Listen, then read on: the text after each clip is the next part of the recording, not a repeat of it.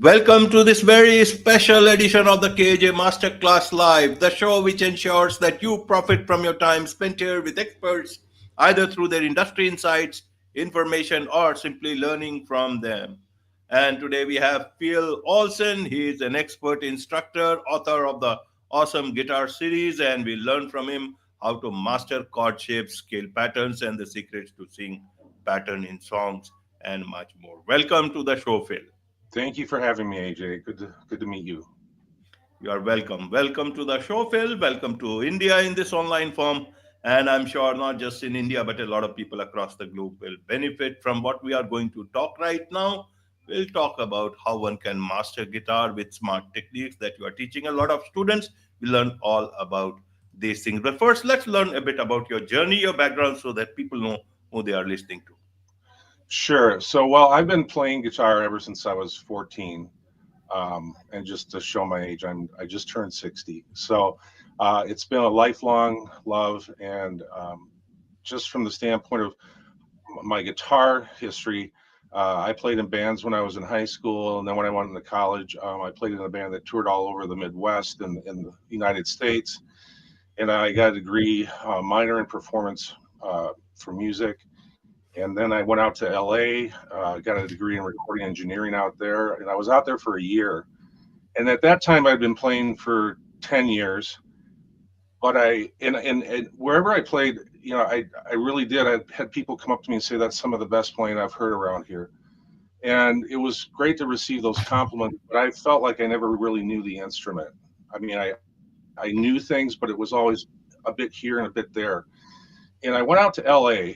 And when I was out in LA, I took a guitar course when I was out there. And I learned some concepts from a gentleman who opened my eyes to stuff on the instrument that I had never seen before. And it was dealing with understanding chords in a way that I had not been taught. And I came back after that year with my degree. And my jazz professor at college called me up and said, "Hey, could you play a gig with us? We're doing this President's Ball." And I said, "Yeah." He said, so his name is Rick Orpin. And he said, "Phil, I'll play bass. You can play guitar." And then we put together this jazz combo. And when you do that, you read charts, sight read off the top. And what would be a 1 minute song turns out to be a 7-8 minute song because everyone goes around in solos. And at the end of the gig, he came up to me and he said, "Just what happened to you out there?" Like, "What do you mean?" He goes, "You're playing as light years from where it was just a year ago." And I shared with him some of the concepts. Remember, these are just all fresh. They're new. I didn't really have an insight the way I do now. And he just said, "Yeah, that makes so much sense." And so it was one of these times where I got a great compliment. I knew I was moving forward. So then I got back to Minnesota, got married, and had a 13-year career in the corporate life. And then I found myself with many blessings just occurring within a matter of months, starting to teach. And within 2 months, I had enough students to leave my corporate job. And at the end of 6 months, I was over 70 students. And I was working at another studio, and the director of the studio said, "I've never seen anything like it."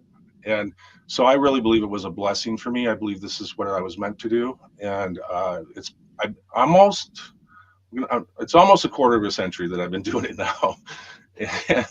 And I had a student at the beginning when I was first teaching. I was teaching how I was taught, right?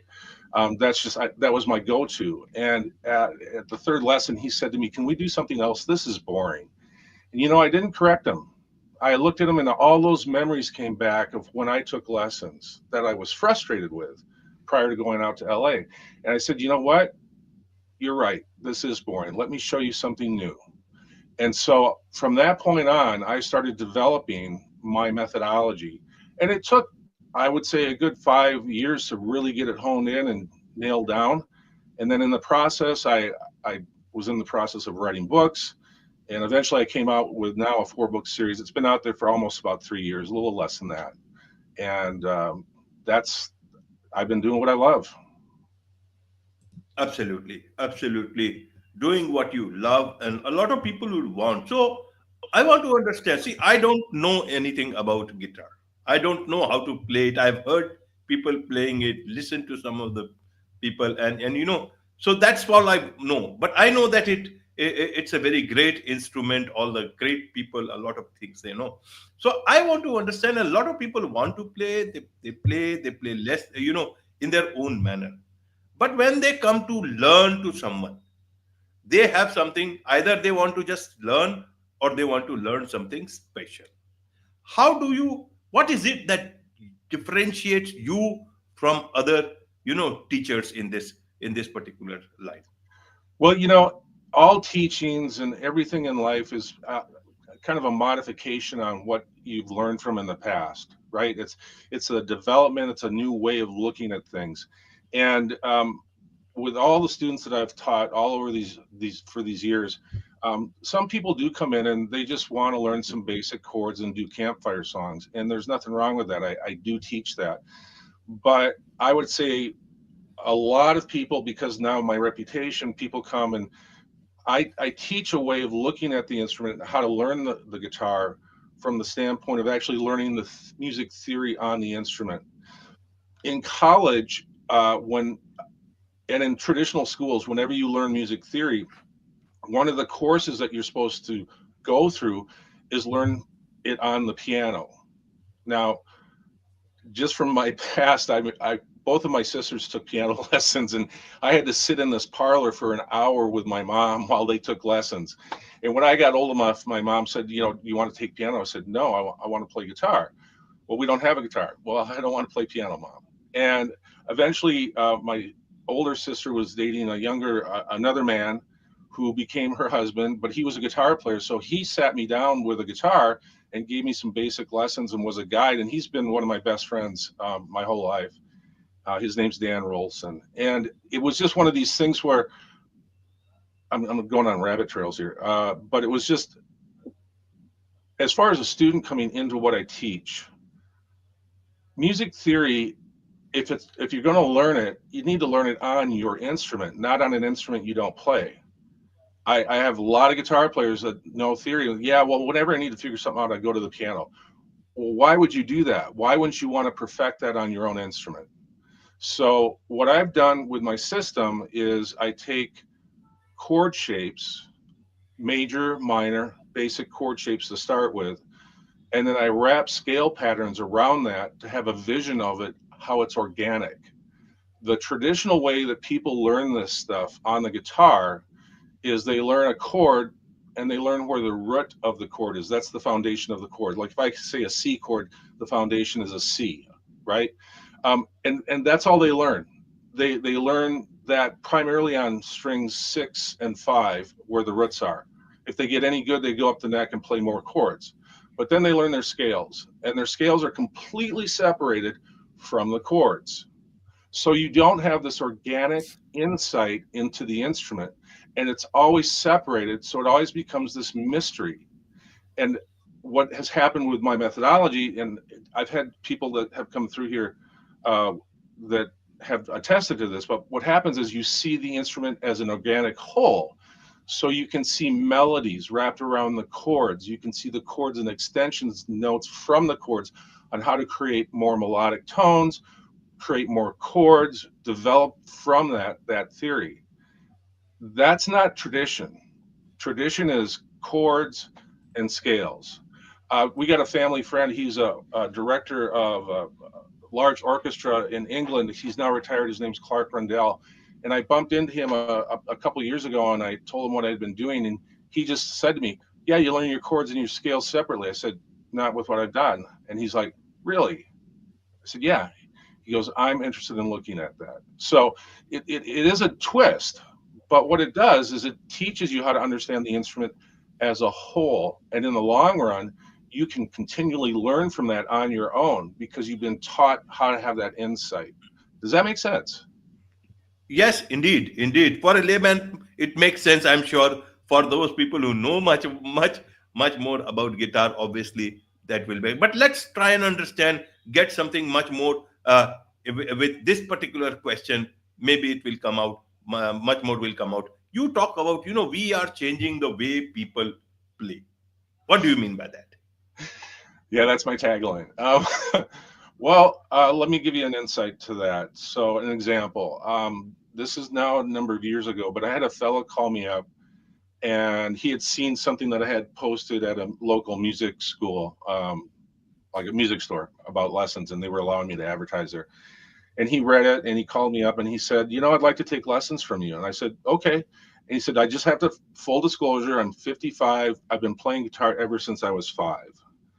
And I said to him, Dwayne, what do you think I'm going to be able to teach you? He goes, I don't know. I've just got this gut that I want to take lessons. I like taking lessons every now and again just to brush up on things. And I said, okay. So he came and started taking lessons from me. He took lessons from me for almost 7 months. And a lesson with him was like a fire hose, because he just absorbed so much because he had such an insight already. And he stopped over at my house one Sunday afternoon and just said, Phil, I wanted to come by and just let you know that I'm going to stop taking lessons. I said, well, that's okay. And we went back and forth a little bit. And he goes, no. Hey, Phil, listen, I just want to let you know something. I've learned more from you in 6 months than I have in the last 30 years. And I looked at him and I said, really? He goes, yeah. I said, well, can I use that? He goes, yeah, absolutely. So it's this process of having an insight, but doing it in such a simplistic way. If you look at a lot of books out there on chords, learning scales, they're so intimidating. They end up becoming a coffee table book. People don't use them. And that's the thing that was frustrating for me. I remember buying this one book from a great guy who's now passed on, but the book was called Chord Chemistry, and the educator is Ted Green. And actually, the guy that I learned out in LA from was a student of Ted's. So I mean, that kind of, those ties. His book is a phenomenal book, but if you look at it, it's just full of chords and formulas. And when you don't know stuff like that, it's very intimidating. I remember buying the book in high school and I went through it a little bit, but it was just so overwhelming that I put it down. Because I didn't have anyone to guide me through the book. The book was just there. And so what I've done with it takes a lot of work to make something really complicated really simple. It really does. And that's the process that I'm in the process of writing books 5 and 6 now as well. But it's the process of doing onesie twosies, right? Um, I don't know if you've ever heard the saying. It's just a saying. How do you eat an elephant? A bite at a time. This is the process that we learn through. We don't learn through just this mass amount of information. We learn by being guided slowly, so that simplicity comes inside of it, and you take the complication away from the learner. And if they ask questions, and I've run into this many times, where they start going off on tangents, and I said, those are great questions, but if we stay focused on this, we'll set a foundation where we can put all that other additional information on top of. You got to get this under your belt. Once you get it under your belt, you've provided a foundation that you can always go back to and know that I can trust in this and build off of it. And I know I'm talking kind of in an esoteric way, but learning chords, the way I teach it is I teach how to understand basic major and minor chords, and each of those chords are a tertiary. It's a 3-note chord. Just like a cord of rope has to have 3 strands to braid it, a chord of music needs to have 3 notes to be called a chord. Now that's a very simplistic way of talking about this, but you can't start with all these other ideas, because then it becomes overwhelming and people shut down. I would shut down if I had to learn all the different ways that chords are analyzed. And that is my whole goal with my method, is to take something that is really complicated and to make it so extremely simple in the process, so the student adheres to it, learns from it. I had one guy that was in a band locally take lessons, and they practiced every week. And after about 3 months, he came in And he just said, you know, at the last practice I was at, everyone in the band stopped and looked at me and said, "Your playing is so much better. What are you doing?" It's testimonies like that that get me excited to know that I'm on the right track with what I'm doing. Because I remember when I first published these books, I felt like I was jumping off a cliff, you know, because I'm saying I have authority in this realm. And when you first do that, it's a very humbling thing.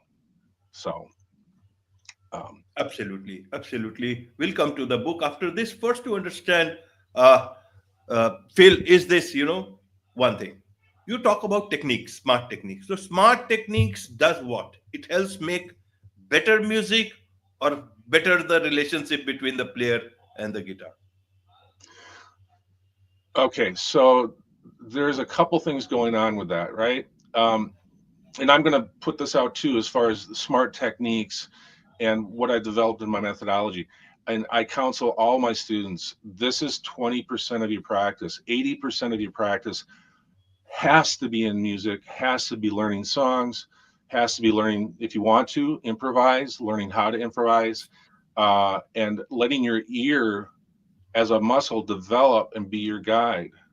If we learn the entire neck of the guitar from the beginning in a very simplistic way, you're playing all over the neck from the very beginning. Traditional methods put you into the first three frets where you only play really basic chords. And if you read, you're only reading a couple notes here or there. Well, the guitar is six strings, and those notes repeat all over the neck in a systematic way. And if you see that from the very beginning, you have an insight that you never would have had if you'd gone the traditional route. I've had students come through here who've been playing for years, and the very first lesson I show them the concept of neck repetition, and they go, "Yeah, I kind of knew that, but I didn't know it.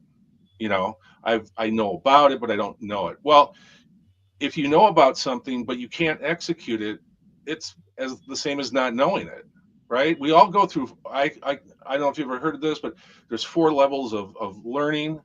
One is unconsciously incompetent. You don't know about it, and you don't know you can do it.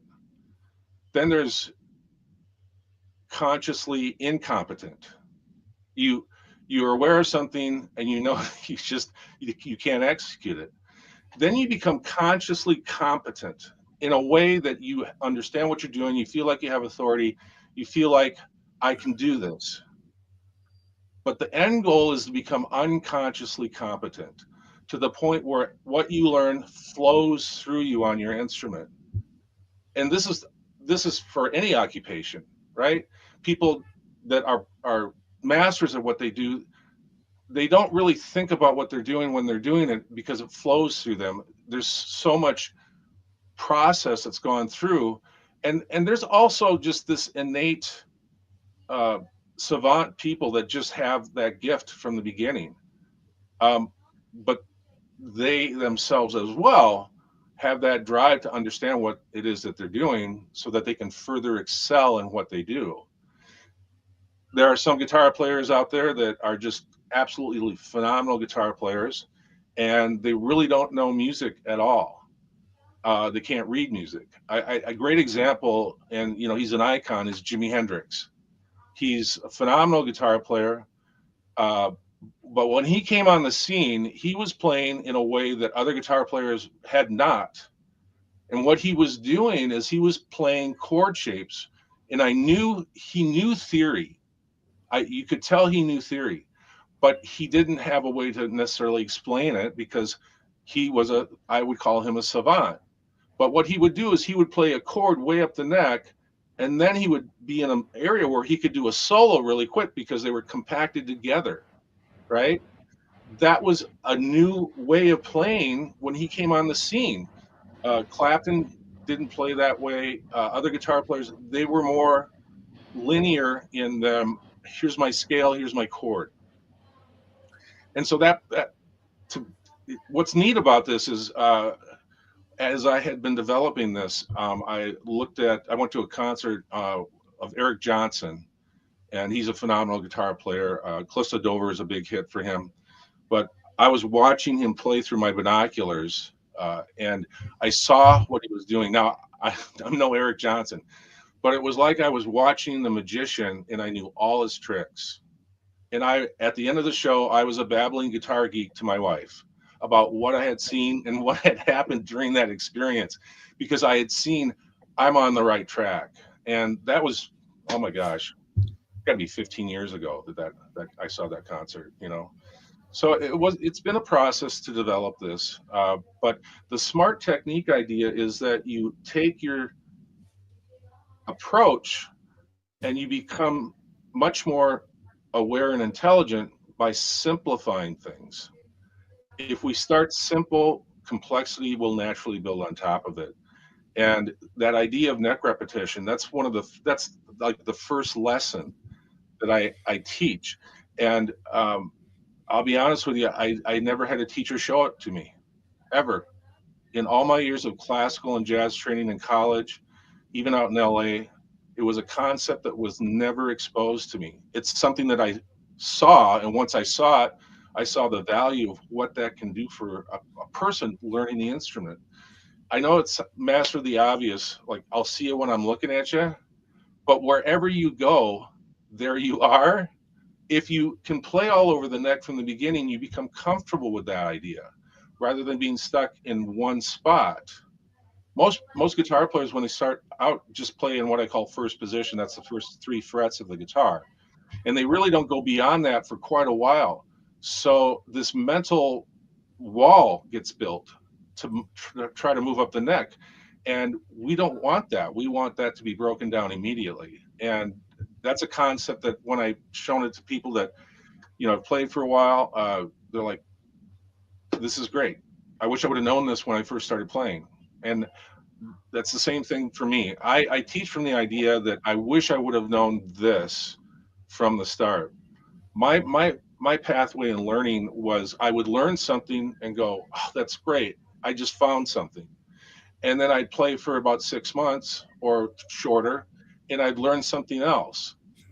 And I said to myself, why didn't I know that back then? That would have had a much bigger payoff. So my learning process, I did take lessons initially for about 6 months, but again, it was traditional. I became very bored with it. And so I just went off on my own.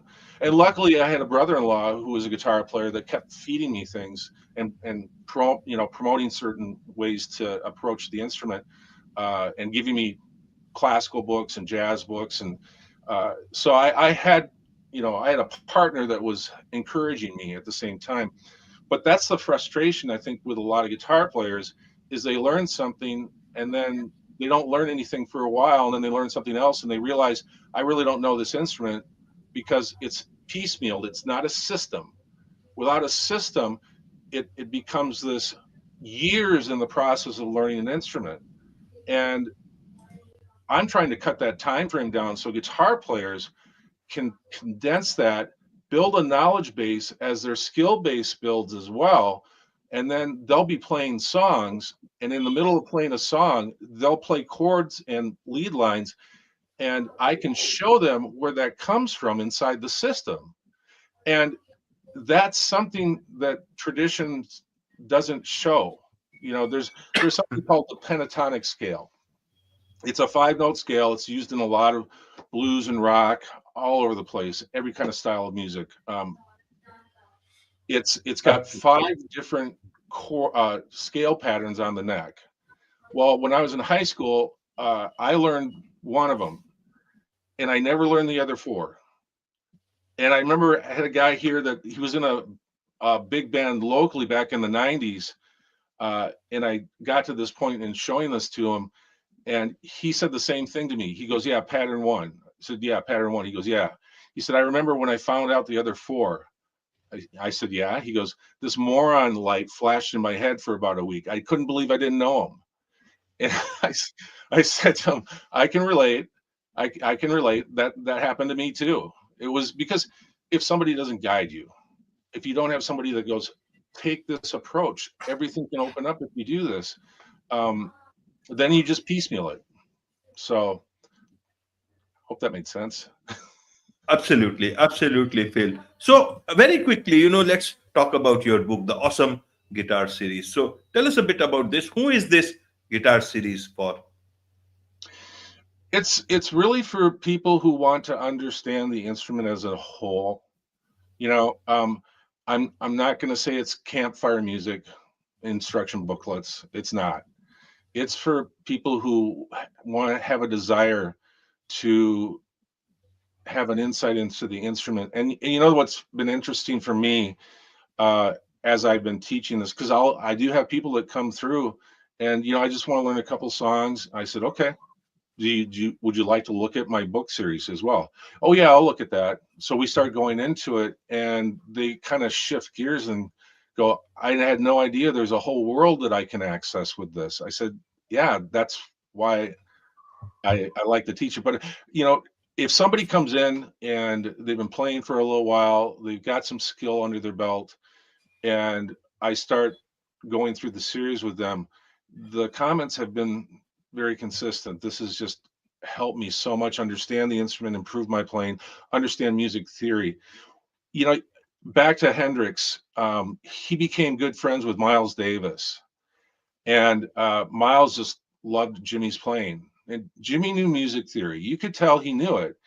But Miles called him up. Jim was heading over to his house for Miles was having a birthday party for himself, and he was having Jim come over. And he said to Jim, when he got to the house, Miles wasn't there. He called him up. He said, "Hey, I wrote a new song. It's on the piano. Have a read through it." And Jim goes, "Miles, I can't read music." You don't have to read music to understand music. But if you understand theory, you understand music way more than somebody that, I mean, if you can sight read, that's phenomenal. Not knocking it. I sight read, but I will tell you the majority of these students that come through here don't have that desire to read music. And you do not have to read music to understand music. Music has a language inside of it, and it's music theory. It's talking about roots and thirds and intervals and fourths and the distance between the notes with a major scale. It's somebody goes, how do you understand major scales or minor scales? There's a whole step in music which is two steps combined. That's a chromatic. Like B to C is a half step, but C to D is a whole step because there's C sharp, C sharp to D. And how do you understand simplicity with like a major scale? That's like that is the foundation that you build music theory off of. Well, I have a little thing. You have a root, 2, 3, 4, 5, 6, 7 root. So it's a 7 note scale, but 8 total because I have 2 roots. So C, D, E, F, G, A, B, C. All right. The simplistic way to understand that scale is 3 to 4, right next door, 7, I'm almost home. That is where the half steps exist. And I tell that to my students, and you know what? They lock it in. They'll never forget it. And that's just Absolutely. the longer you teach, the more you want to make things simplistic, and this is the whole goal that has been my aim. So Absolutely. Absolutely. There's much to learn from you about all these things. And I'm sure a lot of people would want to learn more about you, from you, about music, about guitar, and also the awesome guitar series. So, what's the best way for them to connect with you? well, you can go to Amazon if you want to, and just type my name in and type guitar, and this should pop up. There's 4 of them. That's book 1. Um, I also have a website, awesomeguitarteacher.com. So my wife and I also have a marketing business that we're working on. But I had a coach at the time, and he says, "Phil, how did you get that name?" Well, I got that name like 20 plus years ago. He goes, "That is the best name for a website if you're doing guitar. It's awesomeguitarteacher.com." So you can see me there. I'm on Facebook as well. My studio name officially is Oslo Studios, OSLO, and it's not a play on my name. I have Norwegian heritage, and I just instead of saying Olson Studios, I thought it'd be better to do Oslo Studios. So that kind of stuck too. So Absolutely. Absolutely. With this, it's a wrap on this very special edition of the KAJ Masterclass Live. Thank you so much indeed for joining us. Thank you for having me, AJ.